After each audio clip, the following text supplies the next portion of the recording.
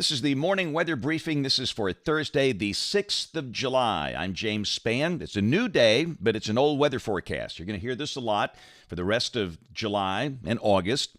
Very humid, sun, scattered afternoon and evening storms, mainly between 2 and 9 o'clock. That's going to be the story for a while. Classic upper air look for this time of the year. The mid-latitude westerlies, the jet stream, if you will, up north near the Canadian border. Down here, a flat, weak upper ridge, kind of trapping us in a very muggy, sultry air mass. Air that you can wear.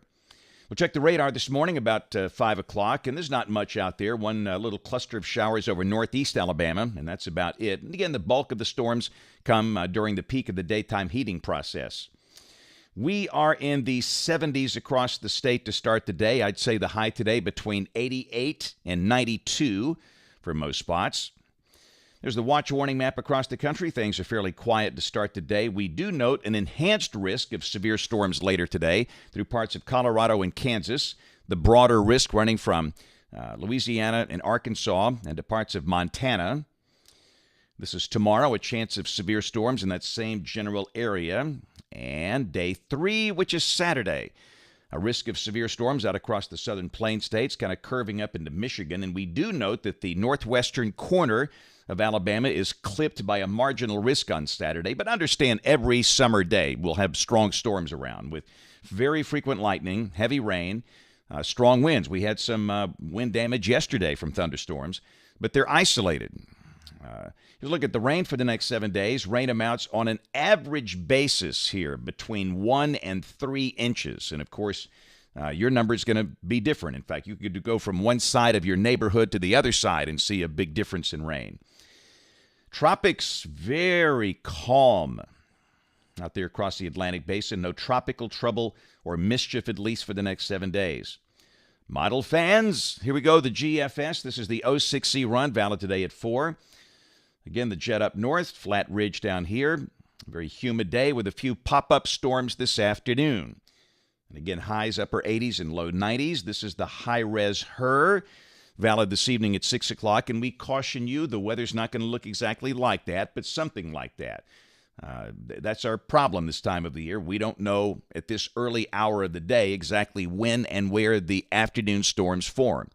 Your app doesn't know. I don't know. Nobody knows. You just have to watch radar trends. And that's going to be the theme for a while. This is tomorrow. This is Saturday. And this is Sunday. Every day, partly sunny with afternoon and evening storms in random scattered spots. If you like the numbers game, it'll be variations in the coverage every day, but the chance of any one spot getting rain, a little better than 50-50 each day.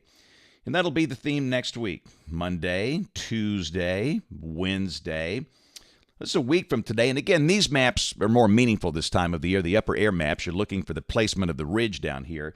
And the higher heights are off to the west. And there's a big deep vortex over Canada. And the bottom line is that's really suggesting no change. Scattered storms, some sun. Let's go out 10 days. This is Saturday, the 15th of July, and a trough over the east. If this is right, this might try and push a surface boundary down here. The higher heights are over the southwest United States. That's the center of the heat. And we've seen variations, and this is 10 days out, and this could change. But if that's right, that could bring an increase in the number of thunderstorms with an approaching surface front. Fronts rarely ever make it through here in July and August. We know that. But they can get close, and any boundary small scale or mesoscale, or synoptic scale, can bring an increase in storms. Here's a look at rain for Birmingham for the next 15 days coming off the European ensemble. The mean about 3 inches between now and the 21st of July. Good news, we don't see an excessively hot weather for the next 10 days or so. This is coming off the national blend of models, and this is suggesting highs every day in the upper 80s and low 90s. And we expect low 90s this time of the year. And the latest 8 to 14-day guidance in the house, this is for July 13th through July 19th. Temperatures above average here if this works out. So, yeah, yesterday the pop-up storms packed a punch. They typically always do. This is in Southside in Etowah County near Gadsden. And very strong winds with that storm, and that did produce some wind damage. This popped up about 6:45, 7 o'clock last night. And again, this is some of the damage from that storm in Southside. And parts of Etowah County had no rain at all. But man, those thunderstorm towers were awfully pretty to see. I mean, sky watchers have a bonanza this time of the year if the visibility is good. These summer thunderstorms can tower to 50, 60,000 feet, maybe even taller in some cases. And if the visibility is good, you can see those towers from a distance, and they are so impressive. In fact, this is kind of a cool look here. This is from downtown Birmingham. This is a time lapse looking at a thunderstorm cluster about 40, 50 miles away to the southeast last night as the sun was going down. Of course, that's a time lapse, but still, the lightning is so intense with these summer storms.